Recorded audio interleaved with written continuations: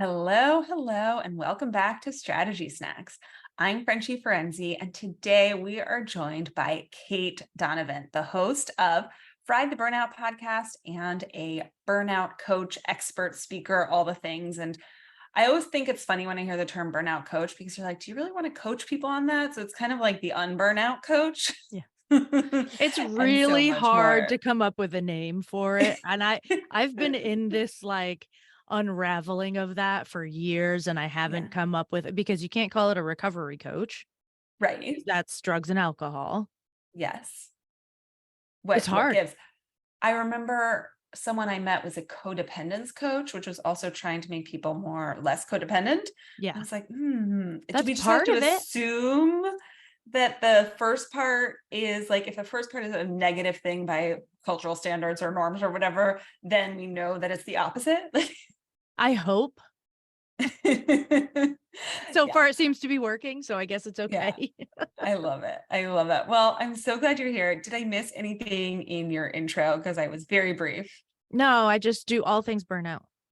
All things burnout. That's If it. it's burnout related, Yeah, I'm Cait's in. your person. Mhm. All right, Cait. Well, we are just going to dive right in. So, to start us off, can you share one of your biggest business wins, celebrations, things you feel most proud of?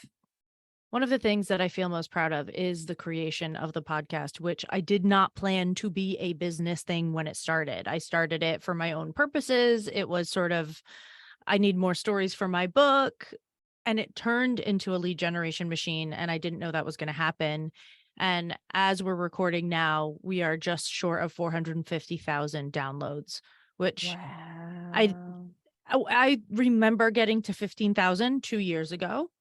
Mhm. 2 years ago, after 2 years of podcasting, and now we're at 450 after 2 more years, so that's a very big jump, a very big difference, and I just didn't know when I started that it was gonna do what it's done, and I didn't know that I was gonna get emails from people and that somebody sent me a message last week saying, "Your podcast literally saved my life." Oh man. Like, how can you create anything that you're more proud of than that? And it requires me to continue on some level if I want to make more of it, which I do. But even if I say I died tomorrow, that Mhm. would be my favorite thing that I left behind, Yeah. you know? Yeah. That's amazing. That's amazing. I love that. And I mean, as someone who has listened, I would agree. I mean, I think you have a way of talking about the topic of burnout in just a really relatable way. In like, there's just a complexity and like constellation of emotions that come along with it. And I think sometimes it can get too, this is not a real word, wooified, Yeah. rather than it just being like really rooted in reality. So Yes. I'm I uber love practical and I get lucky because I have guests like you. Thank you. So okay, let's turn the tables a little bit. Mm. What has been one of the hardest business lessons you've learned? This is a lesson that I am constantly learning as a previously burnt out person Mhm, who enjoys DIYing everything. And mhm, a lot of that having to do with money mindset stuff from growing up mhm, in the way that I grew up, in the place that I grew up. Asking for the right support and getting the right help mhm, is a consistent challenge. And I do mhm. a much better job of it than I've ever done. Yeah. And my first acupuncture business in Warsaw in Poland was extremely successful and absolutely burnt me out because I never hired a receptionist because I couldn't understand how hiring a receptionist wasn't just creating more cost for me. I didn't understand Mhm. that I'd be able to see more patients and possibly expand and hire another therapist. And like I couldn't see all the pieces. And so that's Yeah. something that I really still have to watch and something that I have to pay attention to and something that I'm really good at in a few choice areas like podcast production. Like, no, I do not do that by myself anymore. Yeah. And there's other areas that I'm probably really still blind to the fact that I just need someone else's help. Yeah. And do you think that affects you more in your business or your personal life? I think that affects me more in my business because in my personal life, I've largely eliminated that Yeah. as part Okay. of my burnout recovery. And Yeah. in my business, I don't feel burnt out. Mm-hmm. So I don't feel like I have to do that there yet. However, I know that I've been close to a plateau recently, and I know that in order to get to that next stage of growth, I'm going Mm-hmm. to need to hire someone doing something in some way, in some shape, Yeah. Yeah. you know? Yeah. But I'm gonna have to Yes. make this internal agreement with myself that it's time to do that and it's safe to invest the money, even though it might not be. Well, I think it's safe, right? I think it might not pan out the way you want it to, but I think Right. That that means unsafe it's to me. right. Exactly. So Right. maybe, but how about let's redefine unsafe for you? Just kidding. Yeah, We don't have time exactly. for that on this Uh, but that's podcast. exactly right. So all of it comes back to my money mindset stuff that prevents me sometimes from growing my business and being more financially secure because I'm afraid of the jump. Yep, I get it. I totally get that. Um, cool. And I'm sure a lot of people can relate to that. So I'm glad that you're sharing it because people need to hear that. Like it's a struggle for lots of people, even people who have 450,000 downloads of their podcast. Mhm. It doesn't magically go away. No. So last, but certainly not least, what is one strategy snack that you would like to share with our listeners?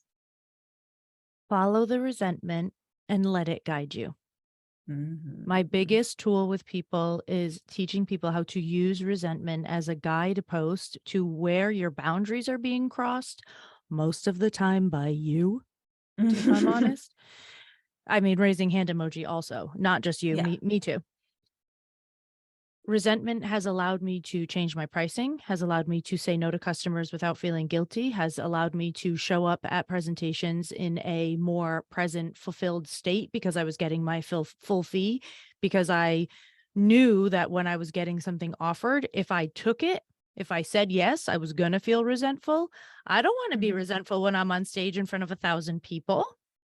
Right. I want to feel totally thrilled to be there, which means I Yeah. can't take that number, honey. Mhm. So following the resentment sounds counterintuitive. I'm not telling you to drink the resentment. I'm not telling you to stew in the resentment. I'm saying look at where you think it might be popping up and where it is popping up on a regular basis and allow that to guide you as to where you need help, where you need adjustments, and where you need boundaries. Yeah. It will save you so much grief in the long run.